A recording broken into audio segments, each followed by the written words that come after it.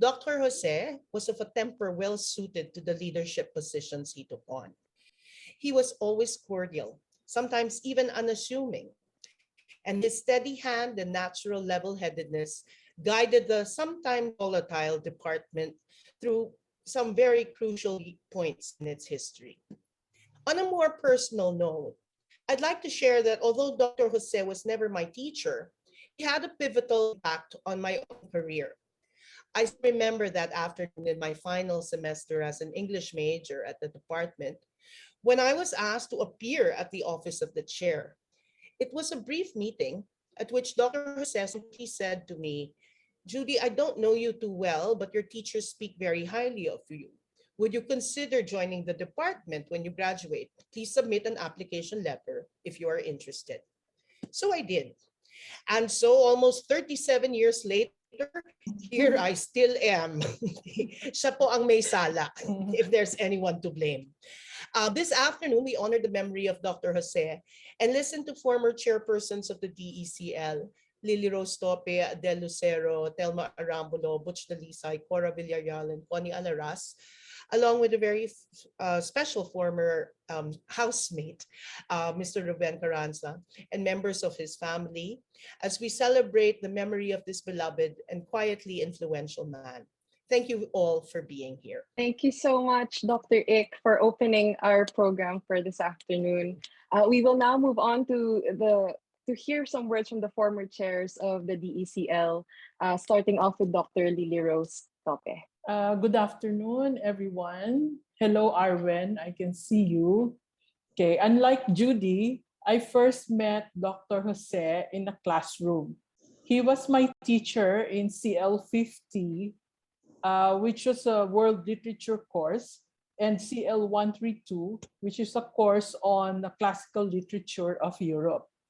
He was a very scholarly teacher, often talking about studies done on the texts rather than the texts themselves. At the time, it was too early for our 18-year-old minds to grasp what he was saying, and we had a hard time following him. But he was kind and forgiving, and outside the classroom, actually, he was kind of shy. He would seem flustered when we would approach him for consultations. Most of us did, because, as I said, we could not follow his scholarly lectures. And to top it all, he wanted us to do papers on Filipino epics. And we all went, what the hey, And he assigned me the Darangan, a Mindanao epic, of which I knew nothing about. So that was my first beef with him. Much later, much later, I realized that he was actually training us in scholarship. And more importantly, he wanted us to practice comparative literature the way it should be practiced in the Philippines. He wanted us to know our local literature, our epics. After all, it would make good sense to know the Homeric and other classical epics as well as we know our own. So writing about the Darangan was not a waste after all. Then he became chair of the department. He remained pleasant and soft-spoken, despite the preponderance of tiger women around him. He seemed to be able to calm them down, to convince them not to fight each other, and reason it out instead. One should not be misled by his laid-back persona. He has instituted policies in the department which at first glance looks like pahirap, especially to us junior faculty. So I knew him when I was a junior faculty. One was the institution of peer evaluation and peer observation. I do not remember if he was actually the first one who instituted this, but he made it what it is now. With great foresight, he trained us to accept peer and student evaluation as a fact of life in the academe. There was much resistance from the senior faculty members, but we, the junior faculty, resigned ourselves to it. So many years later, when the set was instituted, we did not even blink. And we continue to be a department that has a well-oiled mechanism for peer evaluation, something that some administrators admire and envy. That was my second beef with him, for which I am now grateful. My third beef with him was his institution of the Junior Faculty Conference. Every year, he made us present research papers to the faculty.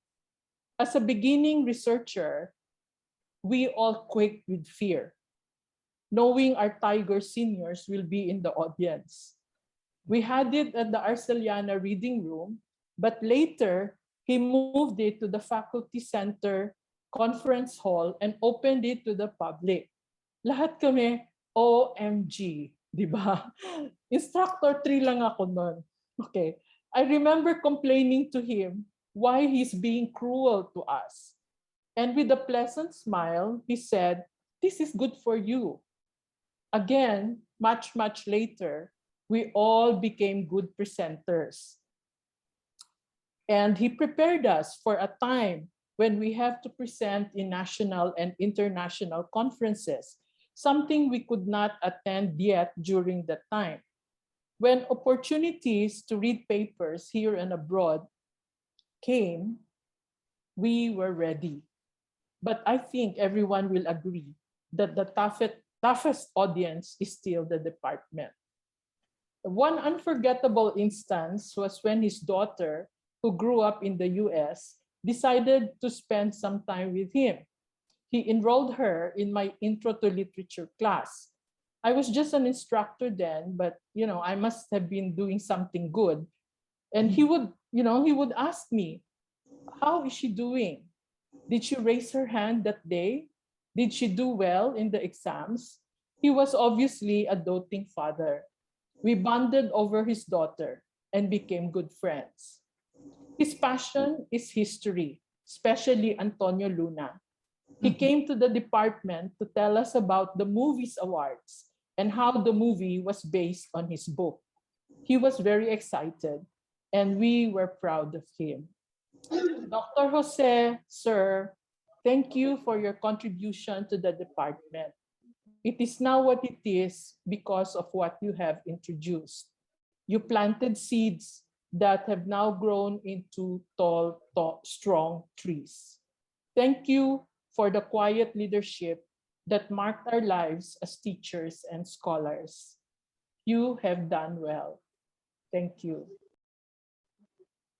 Thank you so much, Dr. Tope. It was very nice to hear your beefs with Dr. Jose and to know that they form part of what the department is now. As a junior faculty, I have gone through these evaluations and they have prepared me well. Thank you so much, Dr. Tope.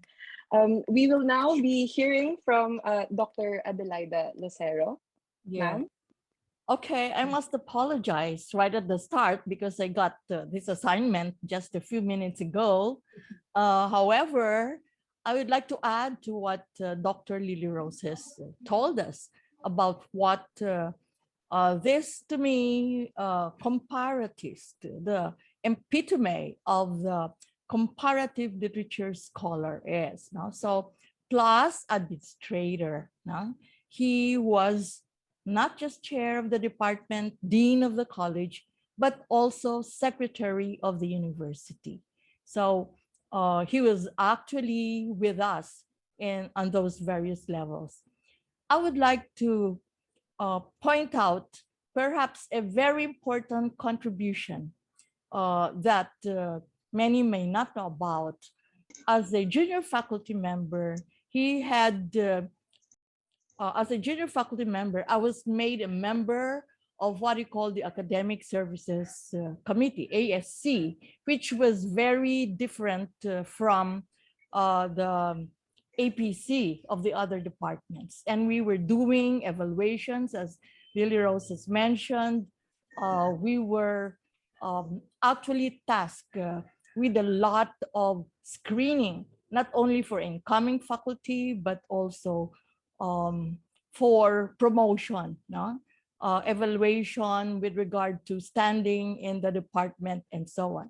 Now, I mention this because it was a personal challenge that he hurled, perhaps particularly to me, when he said, take a look at our promotions, mode of promotion. Can we not do something about it? And so I took it as some kind of a personal challenge, and I went to the HRDO, met Professor Isabel Poe, I think, at the time, asked her about how things were done and so on, and asked also about other units in the university, how promotion was being done, and then compared this also with the 1975, what did they call it, corrective promotion.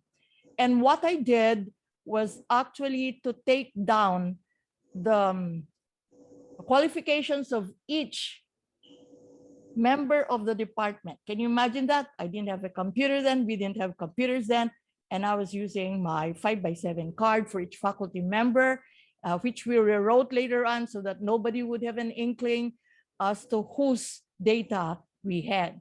And then I prepared a formula. This formula included, of course, educational attainment, experience, teaching experience, etc. No? So this, people may not know, became the formula used in the department. And he thought that I was good in mathematics because I had made the formula with all the particular, details for, shall we say, a point system for the different criteria.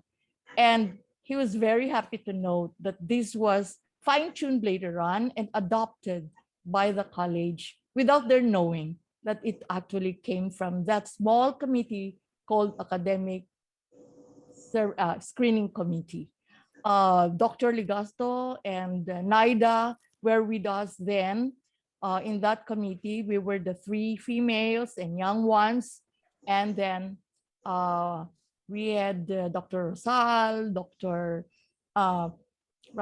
Afufana, and so on in that committee. And we were the workhorses at the time. Okay. So much for that. But I would like everybody to note that that was an important contribution from the Academic Services Committee created by then Chair Dr. Jose. The other that I'd like to mention is that he was my advisor for my PhD. And he is one to make you just do your thing.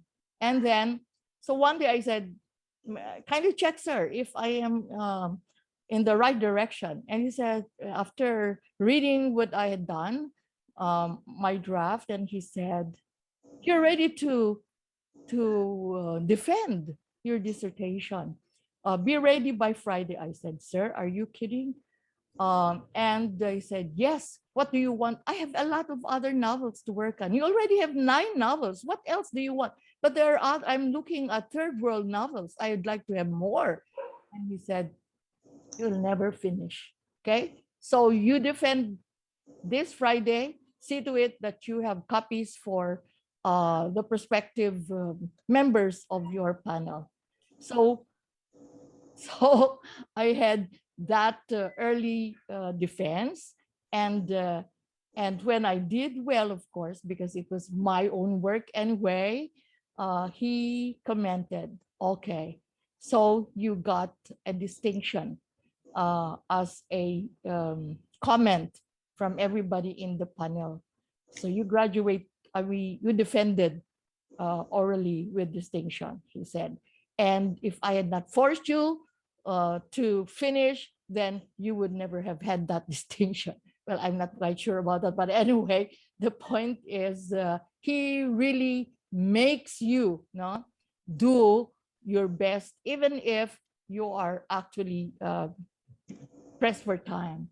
The other that he made us do in the department was also right, no? So with the help of Professor Hufana, who was the choice editor, everybody was actually, shall we say, encouraged to contribute articles. So although we did have, as Dr. Tope says, tigers and great minds in the department. Actually, he wanted the young ones to be there. And so we contributed to the, uh, what do you call this? The journal which we had created. Okay. So there. So sorry, I may not have prepared, but I just wanted people to know that he wanted what was best for everyone, young ones as well as young ones ONCE. Okay. What else will I have to say about him? Uh, oh, I would like to mention this. A few days before he left, he was texting me. I didn't know why, but I kept asking, "How are you, sir? Are you in the hospital? Why?" And he would say, "Ang sakit," etc. So I said, "Oh, what's wrong, sir?" etc. He wouldn't say anymore, but he just kept sending uh, no text message, just sending how do you call that? A message in the sense that it's just me, my name, no? And so I was worried, what was this all about?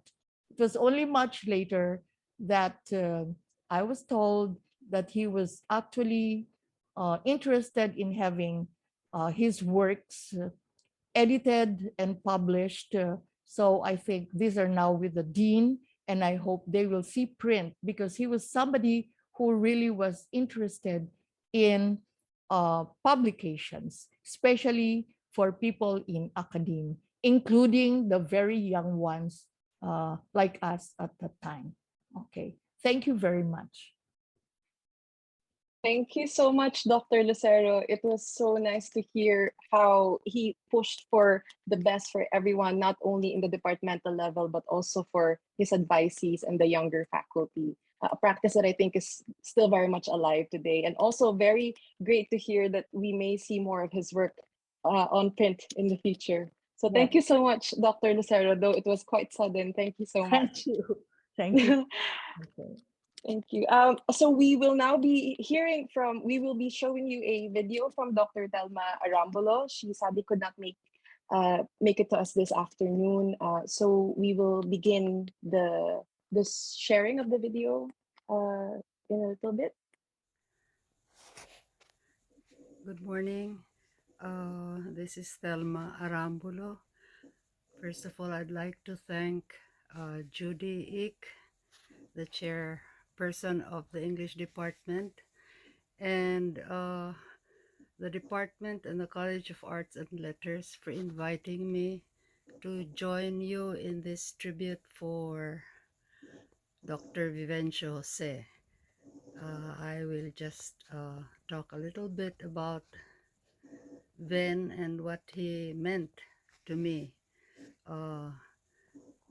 Dr. Jose, or Boss Ven, as I prefer to call him, was my colleague in the department, my boss at one time because he was the chairman of the English department at a time when we called them chairman. There was no such thing as politically correct or incorrect at that time. He was my teacher, and I'd like to think he was my friend too. First of all, as a chairman of our department, I remember him to be a very good administrator, a very good manager of the department, which in UP and for 60 some faculty members in one department, I thought that was what we needed. First of all, a good administrator and a good manager above everything else. I don't remember any rancor or ill feelings between and among Boss Ven and the faculty members and the administrative staff, the office staff. So my memory of him as a chairperson was that he did his job rather very well. And there was, well, a kind of peace in our department, which at that time came few and far between. Um, as a teacher, I had Ben Jose as my teacher in one graduate course. I think it was a course on comparative literature, basic areas and methods course, if I remember right. Well, we met for the first time at the beginning of the semester. He gave us our syllabus and a reading list. The next time we met as a class, a small class, of course, was in the middle of the semester when he asked us to talk about our proposed term paper topics. And then the third and the last time we met in class was at the end of the semester to submit our term papers or not for those who would get an incomplete for that class. I don't even remember if I did submit my paper on time or not. Anyway, thinking back on that, how would I call Ben as a graduate program teacher or as a teacher in general? Since I can base my experience only on one class, and that was the class that I was in, I would say that Ven was a minimalist teacher.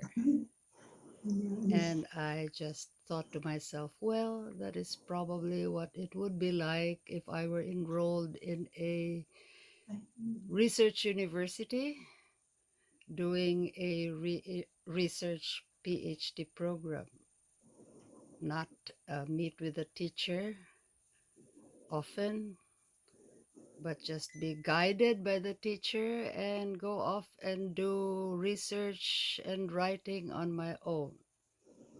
So, well, all's well that ends well. I remember I did get a good grade in that class. Um, but I would like to remember Ben more as a friend than anything else. The last anecdote that I want to share with you is of Ben as both my teacher, my friend, and my boss. Uh, at this time, I was doing my comprehensive exams. I was working on one area exam. I was doing it in the graduate studies office in the basement of the faculty center. That was where the GSO was at that time.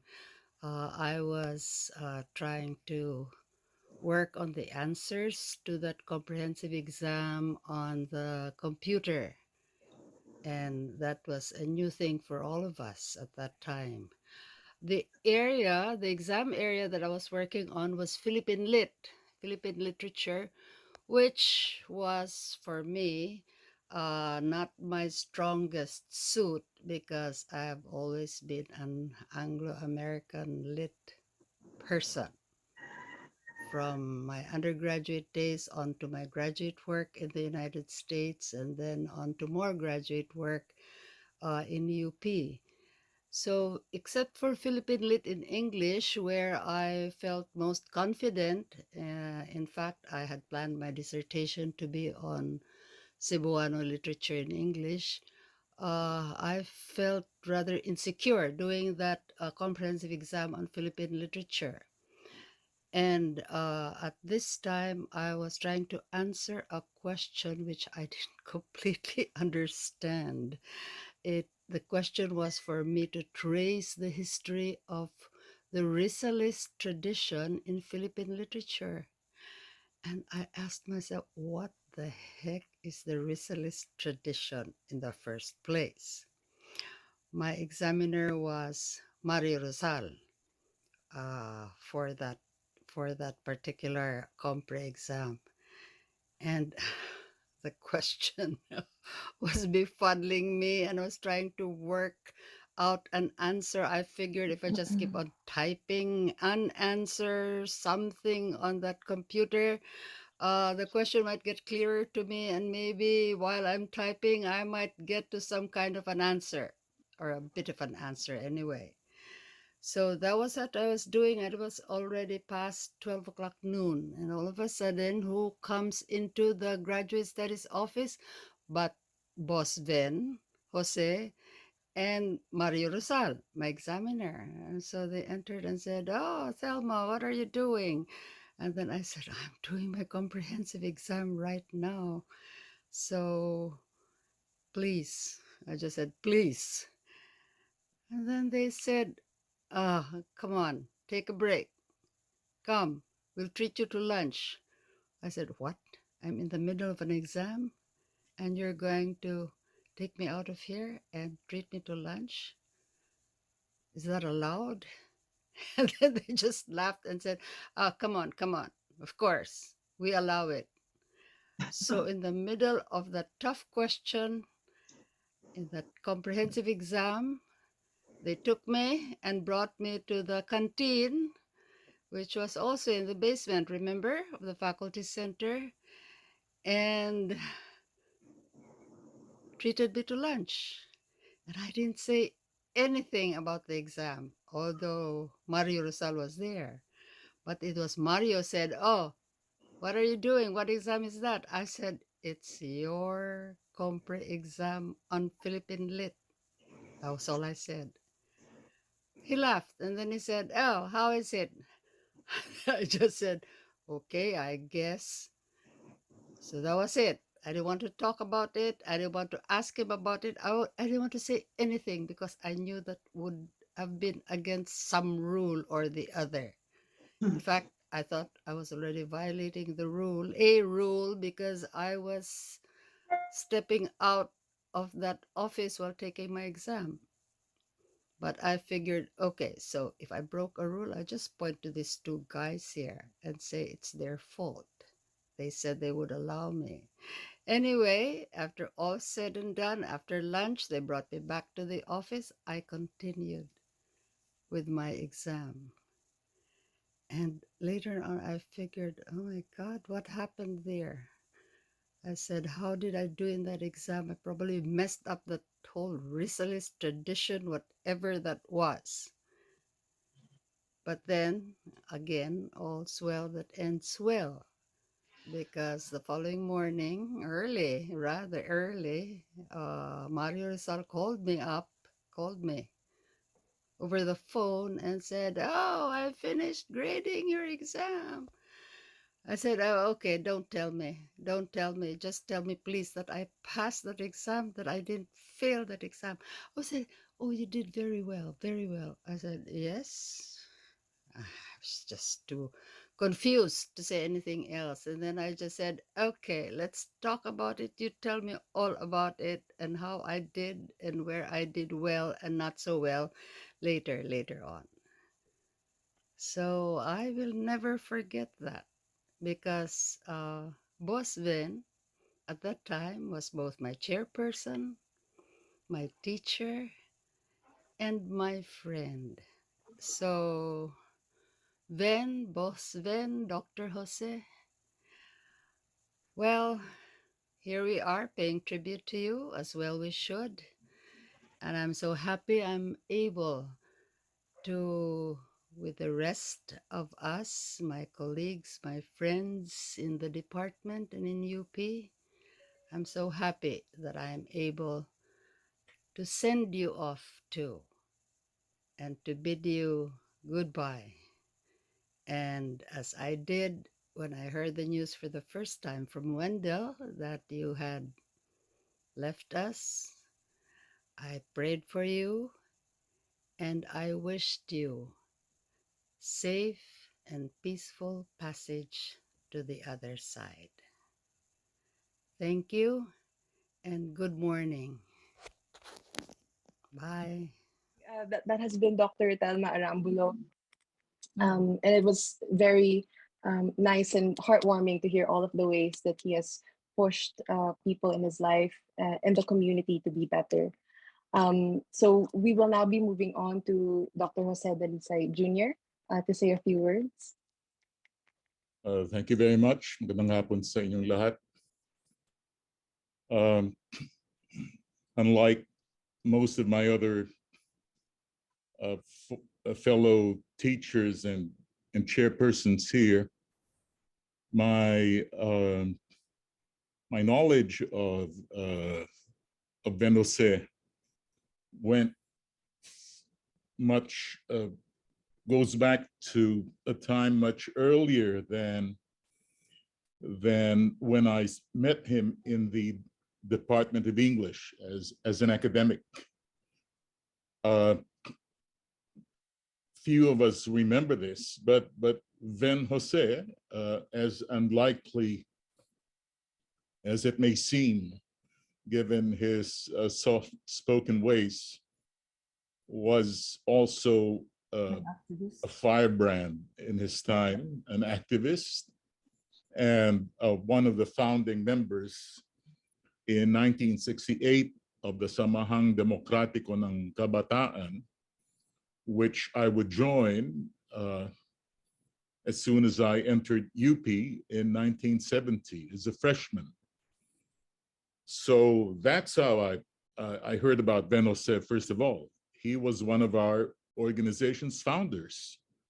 And I knew that Ven kind of went back even further to the time of the Lavas, and that he in fact had been a casualty of some intra-party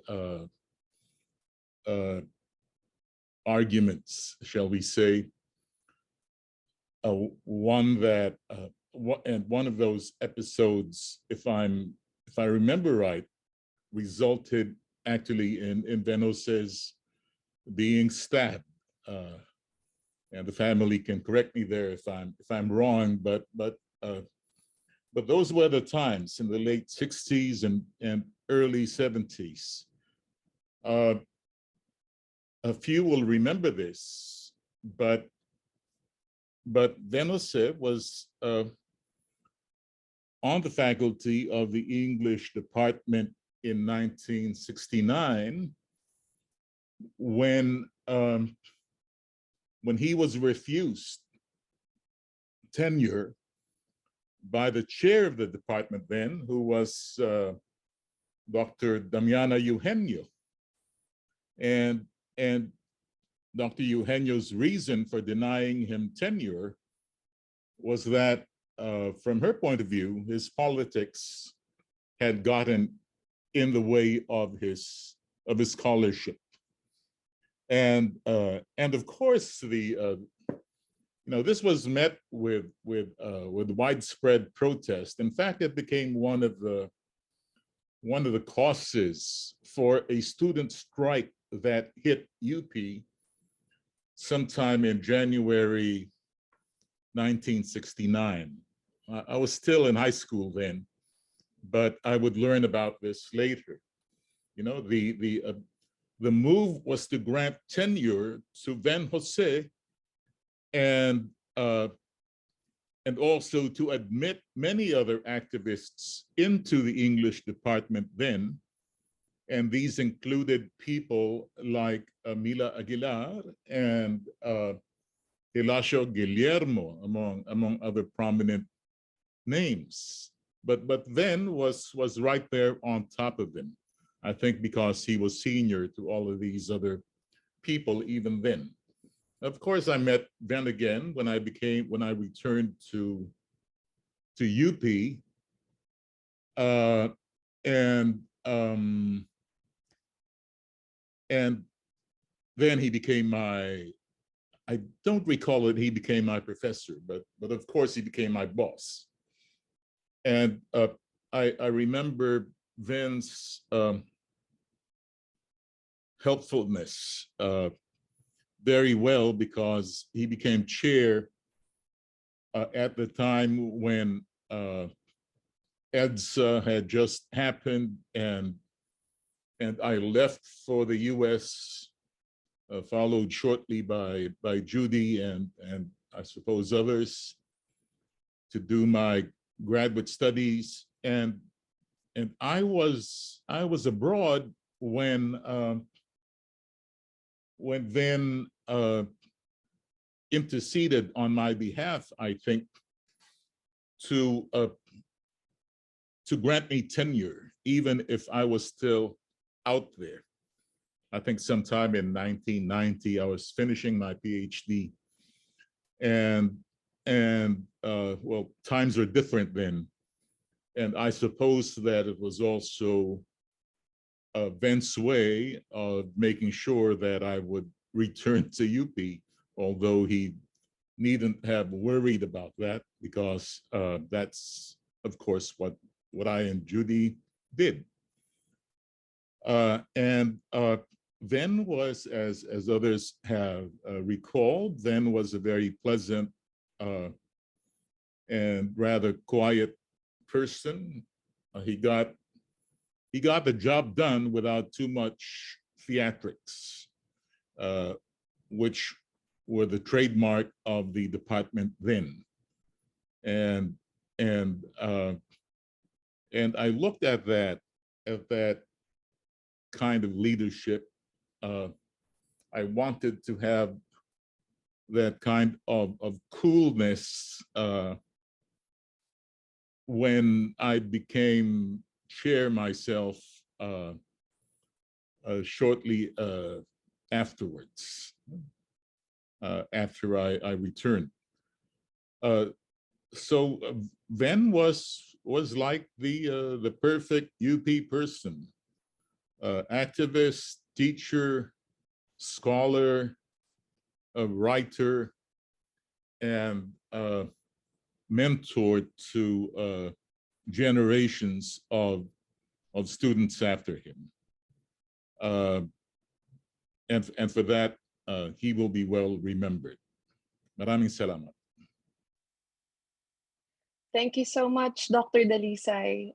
It was so enlightening to hear his role, how his politics played a role in his teaching as well. I think we've heard a lot about how he's pushed the department to be better, and now we're seeing more of more of his impact to larger society. Thank you so much, Dr. Dalisay, and his influence as well to the following chairs could not be understated. We will now be moving on to Dr. Corazon Villarreal. Ma'am, could you please say a few words? Yes, thank you, Julie. And first of all, I want to extend my heartfelt condolences to the family of Dr. Jose, particularly Katerina and her brother, who are with us now. Ben was my chair, and I also worked for him for a year as assistant to the dean, and also with the president's committee for the improvement of English teaching during the time of President Javier. I have not seen Ben for so many years, but what I remember about him is that he was a man of gentle ways, very soft spoken, and he would flit by the office without people noticing him because he was so quiet. But he was actually, he knew what he wanted, and worked resolutely towards this. He was also a man of foresight. What I remember about him as chair was that as soon as he assumed office, he embarked on a faculty development program. I think a 5-year faculty development program that could be extended to 10, yeah, in a way. the late Professor Emeritus Davis Epistola worked with him closely on this, and the gods, the gods of the department were retiring, and they had to be replaced very quickly, since he said the department was top heavy. I found this very useful later on when I myself became chair, because his development program is like a blueprint for faculty development. And because we knew how to deploy our faculty systematically, and how to train them, how to prepare them for teaching. When a call for competition for Center of Excellence, our faculty had always been one of the factors that gave a boost to our being the Center of Excellence in language and in literature. So that is what I think was a significant contribution of Venn to the English department, among others that have been pointed out. But I also find a significant contribution was to the Philippine Studies program. He was founding director of the program in the early 80s. And a good number of our faculty then were attracted to the Philippine Studies program because it offered an interdisciplinary perspective to literary and cultural studies. We could major in, we could choose 3 areas of study, 3 disciplines, depending on what we thought were useful for our dissertation topic.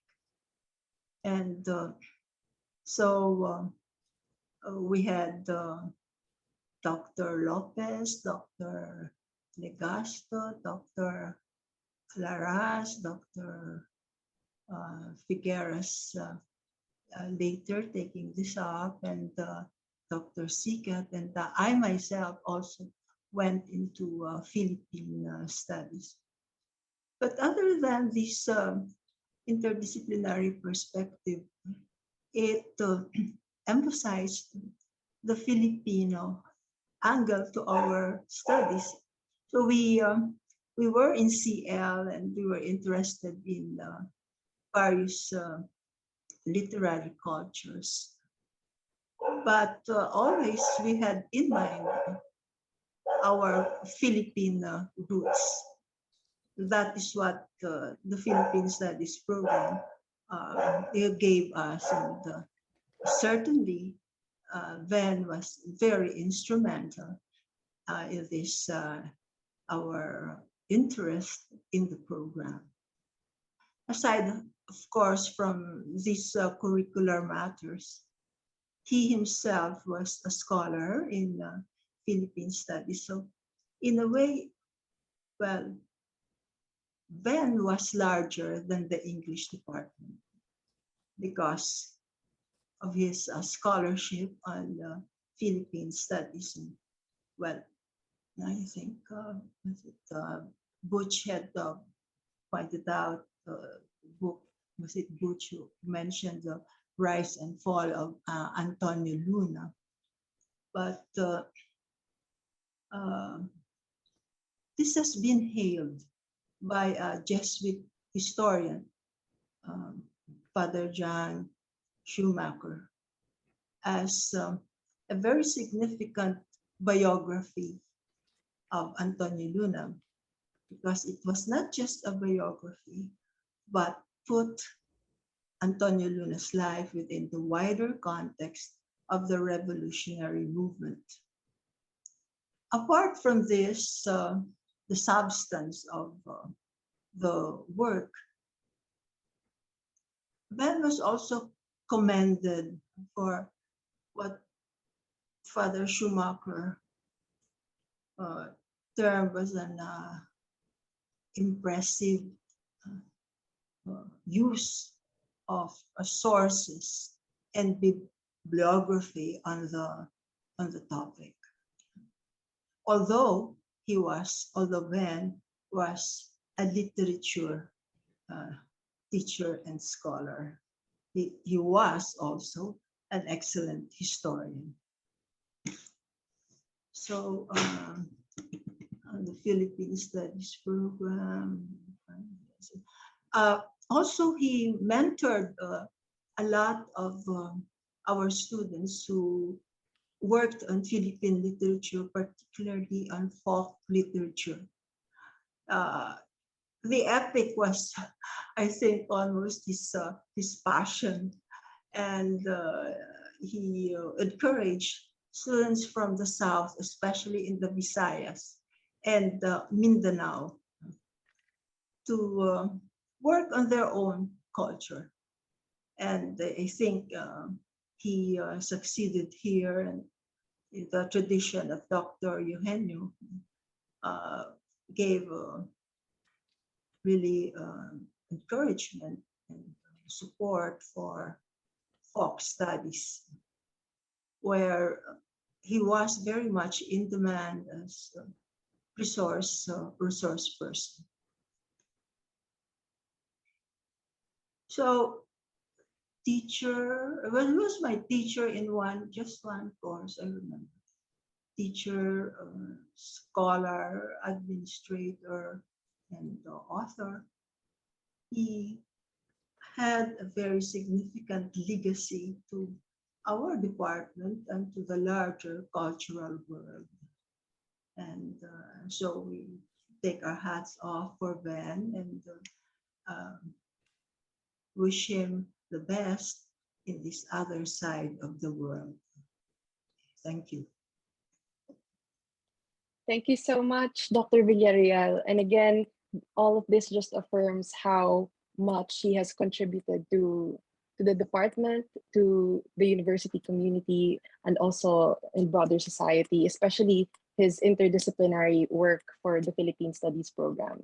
We owe a lot to Dr. Jose for how our scholarship is now, especially with historical intersections. Thank you so much, Dr. Villarreal. Now we will be hearing from Dr. Consolacion Alaraz. She is our last speaker from the former chairs of the Department of English and Comparative Literature.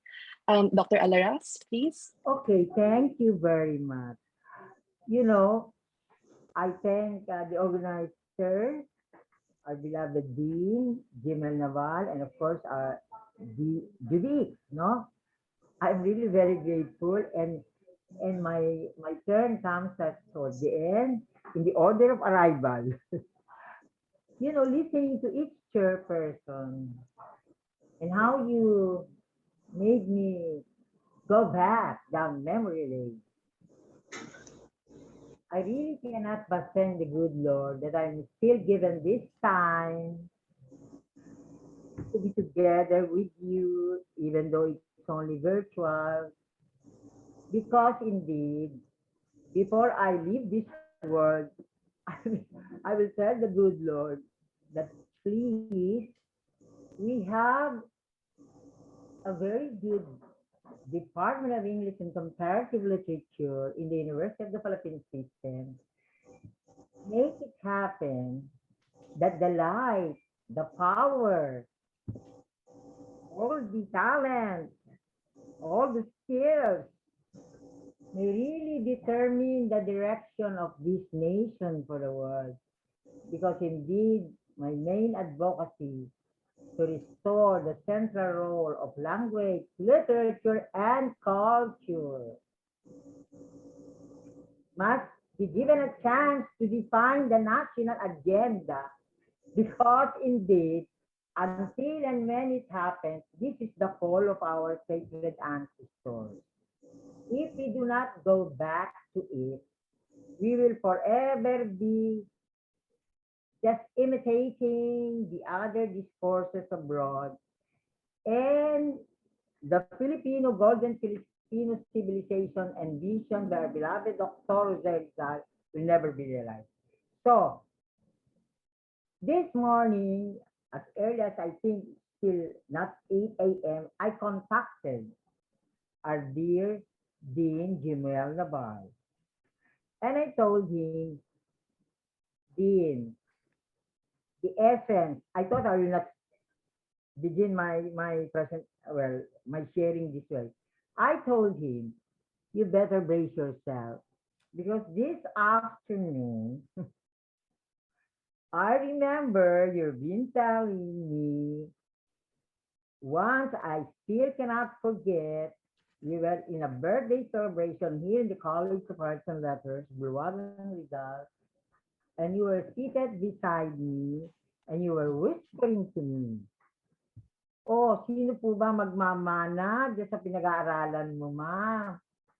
Hindi ko makalimutan yun. Sometimes I kept repeating it to others eh. So sabi ko sa kanya, actually maiksi lang ako. Dito ako mag-i-end eh. Kasi I told him kanina, Dean Jimuel Navarro, whether you like it or not, today, this afternoon, in the tribute to our one and only Dean Vivencio Jose, who, you know, he was the one really responsible for my having transferred to Diliman. So, I told our Dean Jimuel Navarro, whether you like it or not, this afternoon, I will pass on to you the sacred prophetic leadership, the one embodied by our sacred ancestors and heroes and even saints. Ikaw na ang magmamana kaya I can leave this world in peace because each moment is one step nearer the grave. So ewan ko kung nakikinig yung ating mahal na Dean, whether he is there or not, sinabi ko sa kanya yan. Basta I have to say it so that I will leave this world in peace and in exaltation. Thank you very much. Thank you one and all. Pagka nakakarinig ako, nakaka-text sa akin na, Mom, we miss you. What I keep saying is, ano ba yung kanta ako? As the saying goes, you are forever in my heart. O whatever. Basta may song na ganyan, di ba? You're always in my heart pala, hindi forever. You're always in my heart. Thank you, my beloved, beloved. Parang ano ko na rin ito, in case anything happens to me, oy, Boots, Adele, Judy, Lily, Cora, kayong mga nandiyan pa, tayong pinagbigyan pa ng pagkakataong mabuhay pa dito sa mundong ibabaw, ay, ako'y telling you already that I'm making my, parang last will and testament. Pero ako'y masaya because you have a good and worthy and trustworthy Dean, Dean Jimuel Navarro. Thank you very much. Thank you so much, Dr. Alaras, for telling us all about how important Philippine language and literature and culture is. And I think Dr. Alaras also did a very good job of introducing our next speaker, because now we will be hearing from the Dean of the College of Arts and Letters, Dr. Jimuel Navarro. Maraming salamat, Dr. Alaras. Mukhang napakabigat nung binigay mo sa akin, no? Hindi ko mabubuhat dahil hindi ko pa siya malaman kung solid ba ito o kung ano man, no? Anyway, so sa hapong ito ay si Dr. or Dean Vivencio Jose ang ating pinaparangalan. So magandang hapon sa inyong lahat at mula sa komunidad o kolehiyo ng arte at literatura, lubos kaming nakikiramay sa pamilya ng dating dekano. Actually, ikalawang dekano ito ng kolehiyo ng arte at literatura mula nang itinatag noong 1983. So, nakilala ko si Dean Jose, no? siyempre bilang guro no noong 1984 sa CL 170, no, natatandaan ko kaklase ko si Joey Bakiran, si Rafi Aquino, at hindi ko na matandaan yung iba. Ito yung taon after mamatay si Ninoy, at sa klase namin, no, kung sa ibang klase ay hindi siya nagkaklase, pero dito halos every meeting nagkaklase kami. Pero ang pinag-uusapan namin ay Ninoy Aquino, no, at ang politika, no, nung panahong iyon mismo. Siyempre, dito ko rin yata na rinig, no, ang usapin tungkol kay Isidra Cojuangco, no, na nung panahong yon sabi ni Din Jose kinausap siya ng mga Cojuangco tungkol sa mga bagay-bagay na ito. Pero hindi ko pa yun pinapansin during that time dahil ako'y estudyante. Pero later, na sa leksiko na as early as early 70s, no, ay si Dr. Jose na ang pangunahing mananaliksik ni General Antonio Luna, no. So noong after ng People Power, naging chair siya ng English, at dito in-invite niya kami, marami kami, na maging kasapi ng Philippine Folklore Society, no, kasama si Dr. Eugenio, no, at syempre yung kanyang itinayo na Literary League of the Philippines. So ito yung involvement ko kay Din Jose sa mga konferensya. Actually, ano ba, naging alalay, naging tagagawa ng minutes, at iba pa dahil young faculty during that time, no. So malaki ang naitulong ni Din Jose sa maraming scholars sa Philippine Studies kung titingnan natin, no, sa comparative literature, lalo na sa folklore studies, no, maging sa pag-aaral, no, ng kasaysayan, politika in particular, panitikan at wikang Filipino. Actually, nasubaybayan ko yung pagsusulat niya sa Filipino, no, at isa ako sa nag-i-edit ng kanyang mga papel na binabasa. Pero pag ini-edit ko, ibinabalik niya sa original. So masyadong malalim yung kanyang salita, no.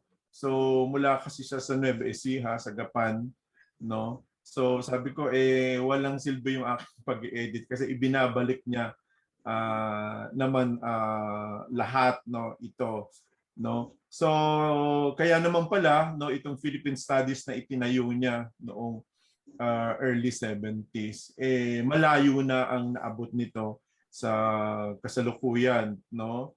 At bilang pangunahing disiplina na ngayon, no, natin sa universidad, bagamat ito ay nasa tri-college na, no.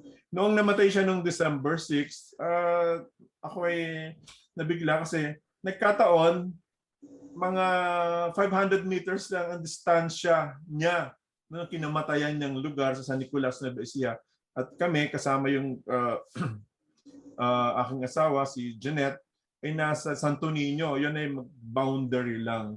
Pero gabi ko pa nalaman, no, sa Manila na siya ay namatay. Kaya pumunta kaagad kami doon sa lumang bahay, no, ng mga Jose diyan sa San Nicolas. Pero wala pa siya, no, kinabukasan pa siya dinala sa Saint Peter. So hindi ko alam kung ano ang ibinabad dyan noong naandun ako nung siya ay namatay. After no, maraming nag-throwback, no, sa akin, no, yung mga pagsasama sa mga meeting, sa konferensya, sa folklore mula sa Bicol, sa Tawi-Tawi, no.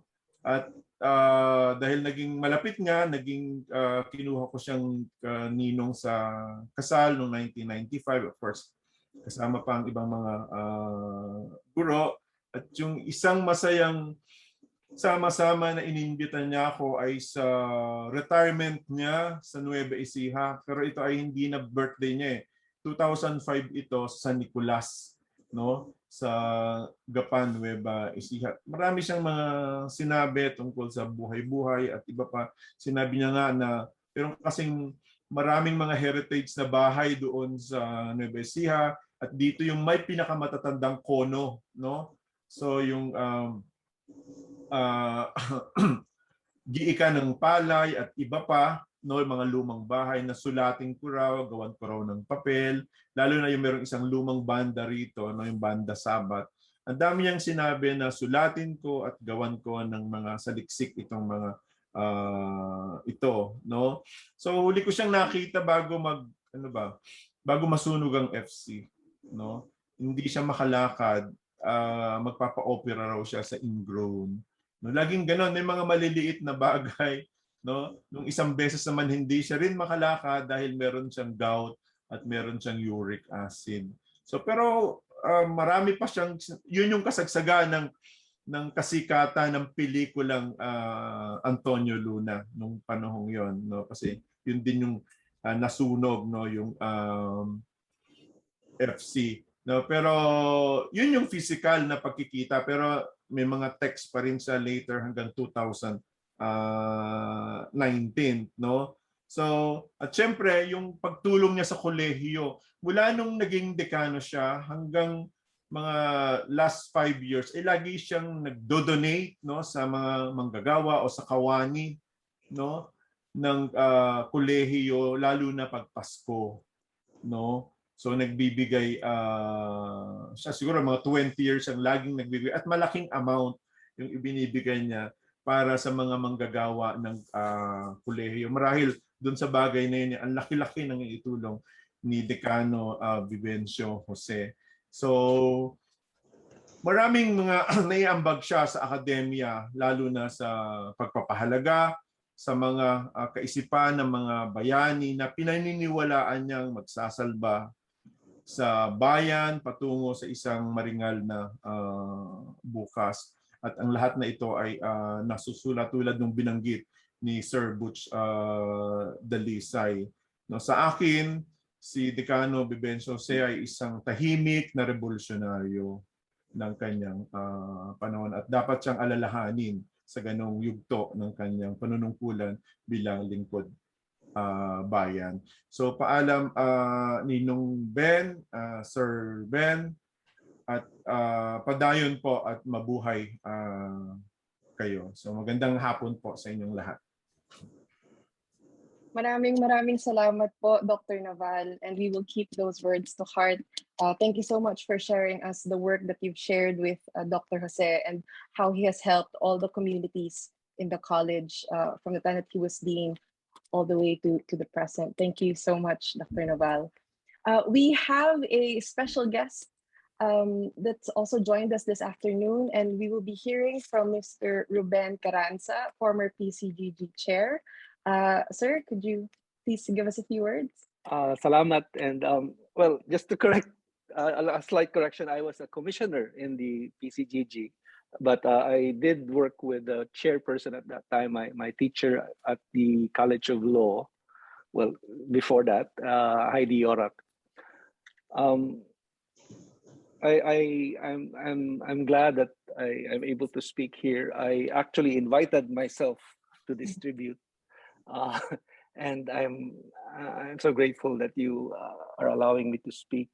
I could not let it pass, this opportunity to hear the friends and colleagues of Ben from my department that he loved so much, and a college that later emerged that he also loved so much. But I lived in Ben's house for almost 6 years in 46 F Agoncillo in Diliman, in the campus, and it was during that time that he was dean.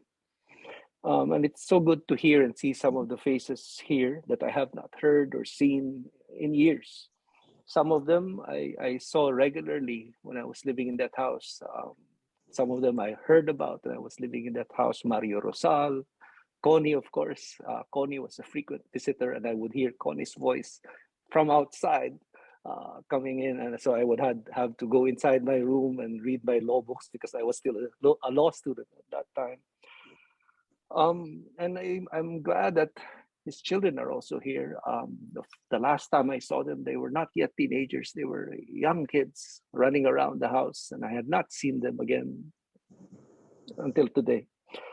46 F Agoncillo, I stood in front of that house for the first time in 1986, when the Marcos dictatorship had just fallen, and it was just months later.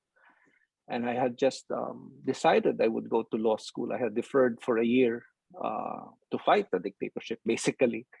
And I could not defer anymore. I was penniless. I had just graduated a year before from UP Cebu. I did not have family in Manila. I did not have a house to live in. I did not even have money to pay for what was already at that time very cheap UP tuition. But I had my luggage, just one small piece of luggage with me. And I was holding this piece of paper and was told to go to 46F Agoncillo in UP Diliman.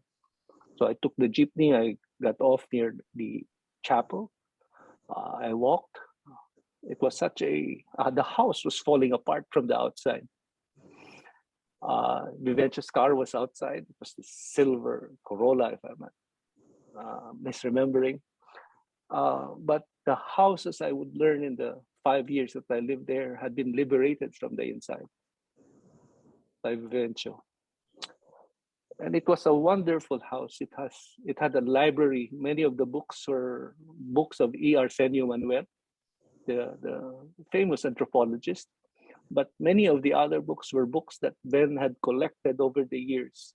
And in between studying for law school and doing my law school work, Ben would drag me to read these books, books that I had never heard of before. Quiet Flows the Dawn, he said I should read it, Michael Sholokov. And why I would read a book by some dead Russian author years later, I never knew, but I started reading it. But one of the most unforgettable books and authors that Ben introduced me to when I was living there was a book that has also shaped me in the same way I suppose that it shaped Ben's life and writing. It shaped me so much that last week when my 17-year-old daughter, who's a senior in high school here in New Jersey, asked me for a book that she could use for her nonfiction book report, I took out my copy because I remembered Ben taking out his copy of the book, Carlos Bulusan, America is in the Heart. And it's difficult remembering him because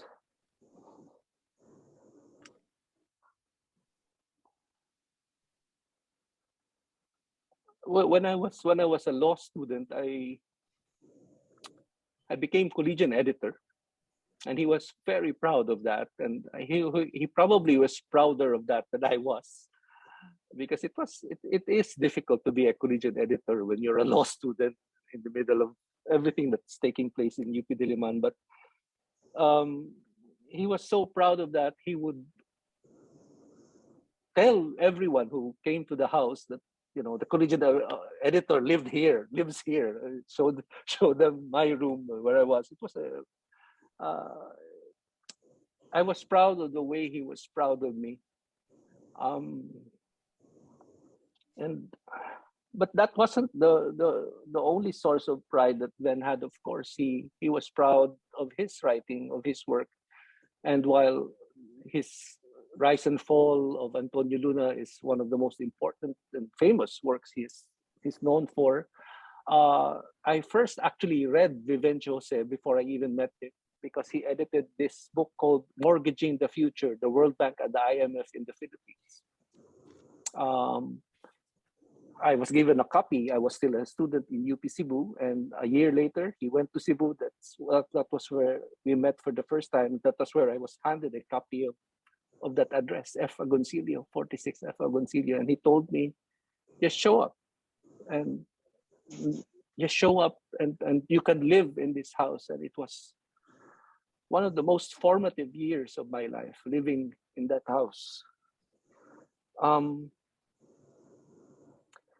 I commented on when Butch was talking earlier, Ben would often show the scar that he got from being stabbed. He said he was about to take a jeepney ride right after some protest in the 60s. This was long, I suppose, before I was born. But And of course, he named names when he was telling these stories. He told me who had ordered his stabbing and who was behind it. But he showed that scar and he would laugh aloud and he would tell us why we shouldn't get stabbed as student activists as well. Me, particularly as collegiate editor. So that's something I can't forget. But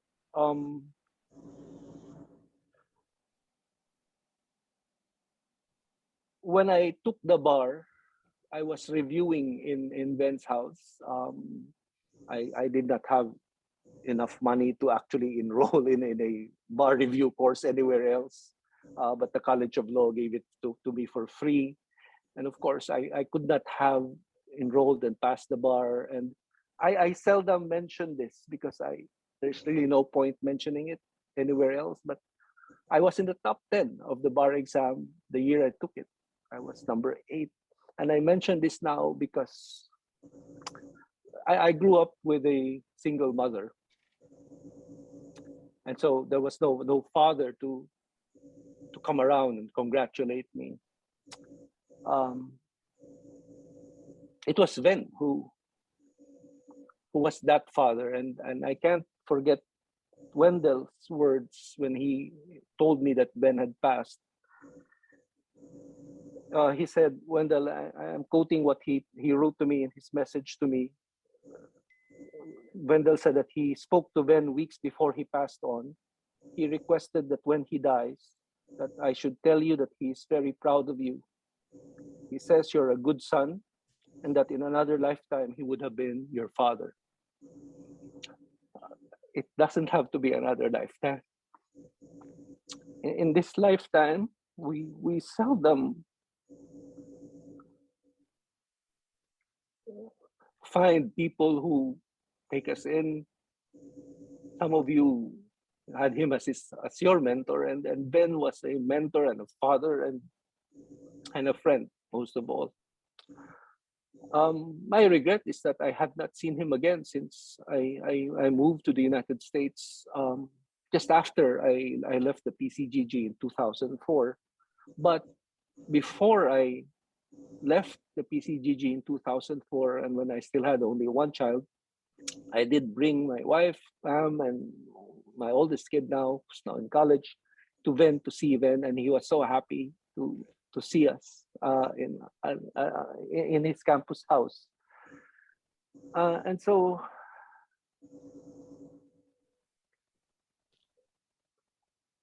this opportunity to speak about him, I think, is just one of many opportunities that I will have. And I think I will tell my children I have been telling my children about Ben, and I think his own children will tell their children about their father, who was like a father to me. And I'm just glad that I met him and that he shaped my life the way he did. So thank you again for letting me speak. Thank you so much for joining us this afternoon, Sir Ruben. It's truly heartwarming to hear how he has influenced and celebrated your life and, of course, that of others. He's truly a model and a great father. So thank you for telling us about it. Even to us younger faculty who have not had the pleasure to learn from him quite directly, we feel how important he was and still is to our community. Thank you so much, Sir Ruben. And now we will hear a response from the children of Dr. Jose, who's also joined us this afternoon. So please, could we hear a few words? Hi, my name is Salvador, and I'm the eldest of 3. And my dad, he always told me defining moments happen every day. And he reassured that changes are okay and it's part of our daily living. And this is the reason why my father found love in teaching. He loved the idea and power of knowledge that can change people for the good of the country. And it's always been for the good of the country. He loved his family, his children, his brothers, his sisters, nieces, and nephews. He always assisted in defining the problem, the issue, and always provided the conversation with some humor. He became a confidant and a friend to us all, always caring, encouraging, directing, guiding, inspiring, loving, and of course, teaching. And this is the reason why it's so important to him to relate his sentimentality as a professor. He loved all his students. He emphatically was overjoyed when a few of them would stand out, like a proud father. My conversation with him, his kids, we live in California, so we don't see him as much. But he would always mention Harry, Ruben, and Noel, and I can feel from my conversation with him that he was very, very glad that he would always tell me that I'm glad that I have sons that I kind of like adopted, and I was okay with that. He reveled in the pursuit of varying careers, in their successes. He talked about Wendell also, in which I've never met, and he was satisfied that he was leaving quite a legacy behind. And just like a professor, he encouraged him to teach while juggling other career priorities. Long ago, I received a letter from him that in this letter, he was so enamored by the Pope, how he was so adored and visited by many. Well, Dad, as you can see, you are so adored and loved by many. Thank you for sharing your life with all of us.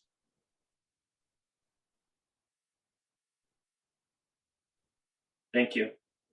Thank you so much, Sir Salvador, for those words. What great words to round out our stories this afternoon.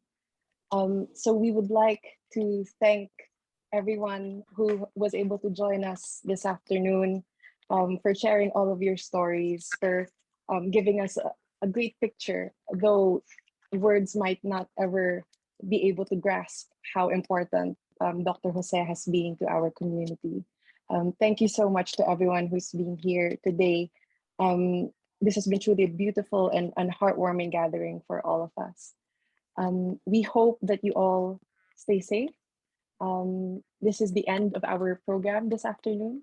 So we hope to see you all in some form or in some way in the future, and hopefully, share more of Dr. Jose's legacy in the future. Thank you so much. Have a pleasant evening. Magandang gabi sa inyong lahat. Thank you.